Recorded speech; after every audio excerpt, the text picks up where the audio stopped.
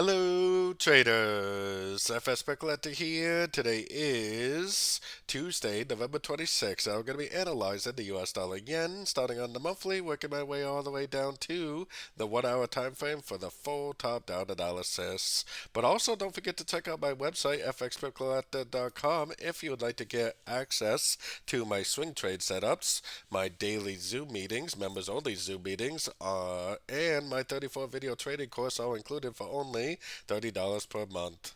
So anyways, on the dollar yen, I still think that we have potentially two options. Option number one is this is an ABC crescent to the last 5 waves up.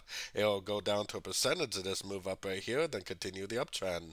Option number two is that this really is a wave 5, and that it's going to go down and make a 1, 2, 3, 4, 5 instead of an ABC, and go down and take out the low of wave 4. I have no idea what it is, and luckily it's exactly the same pattern until we get to about this point right here. So that's important to know. Let's take it down to the weekly. On the weekly time frame, to me, it still looks like an A. It still looks like a B. The trend is definitely still up, and it potentially could go up again, especially with the fact we don't really have a Fibonacci retracement bounce yet. Going down to the daily time frame.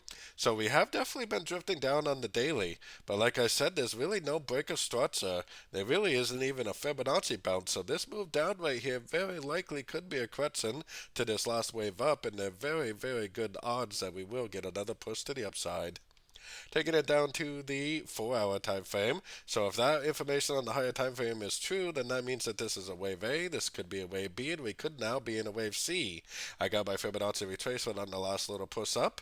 If it bounces from a Fibonacci retracement level, makes a nice engulfing move to the upside, then I definitely would go long again, potentially for the continuation of that higher time frame trend. Taking it right down to the 1 hour time frame. So I am not a short time frame trader. I am a swing trader, so I'm waiting for the long. If you are a short time frame trader, then you definitely would be looking for shorts ever since it broke structure to the downside at the couple weeks ago at this point. So for me personally, I'm waiting for a Fibonacci bounce that break a structure to the upside to go long, potentially for the end of this A, B, C correction, which it does not have to happen here. It could potentially go down to the 78% and beyond. So like I said, if you're a swing trader, you're waiting for the ABC to be finished to go long. If you're a scalper, you're probably still looking for shorts ever since we got that break of structure way back here. So don't forget to join my free Discord channel, which is linked out here in the corner. And as always, thank you and happy trading.